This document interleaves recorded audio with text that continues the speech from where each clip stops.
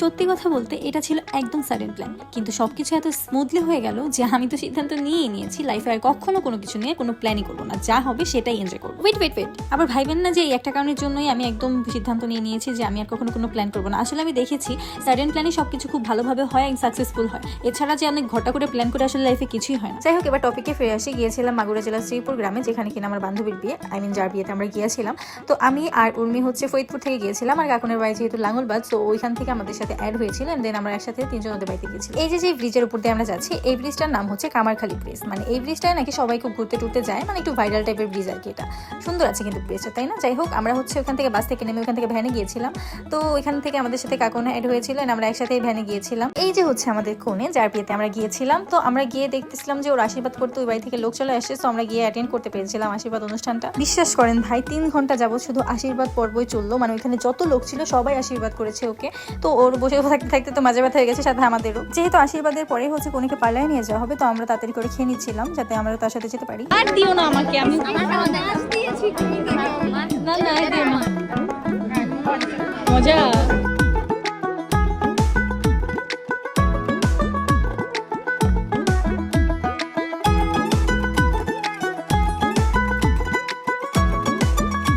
বান্ধবীর বিয়েতে কবজি ডুবিয়ে খাওয়া দাওয়া শেষ করে বান্ধবীকে নিয়ে চলে এসেছি পার্লারে ওকে সাজানোর জন্য। তো আমি, কাকুন, উর্মি এবং ওর একটা বোন, আমরা 4 জনে গিয়েছিলাম ওর সাথে। আপনাদের কাছে একটা গোপন কথা শেয়ার করি গাইস, প্লিজ কাউকে বলবেন না। ওই দিন না আমারও খুব বিয়ে করতে ইচ্ছে করছিল, কারণ বউকে নিয়ে সবাই এত বেশি মাতামাতি করে, এত স্পেশাল ফিল করায়। আমার তো স্পেশাল ফিল করি না, আমাকে কেউ স্পেশাল ফিল করে না। এর জন্য ভাবছি যে বিয়ের দিন অন্তত আমাকে স্পেশাল ফিল করাবে সবাই। এর জন্য আমারও খুব বিয়ে করতে ইচ্ছে করছিল। যাই হোক, ওকে কেমন লাগছে অবশ্যই কমেন্ট করে জানাবেন। যদিও এটা পুরো সাজে নয়, পুরো সাজের পরে আপনাদের দেখাচ্ছি।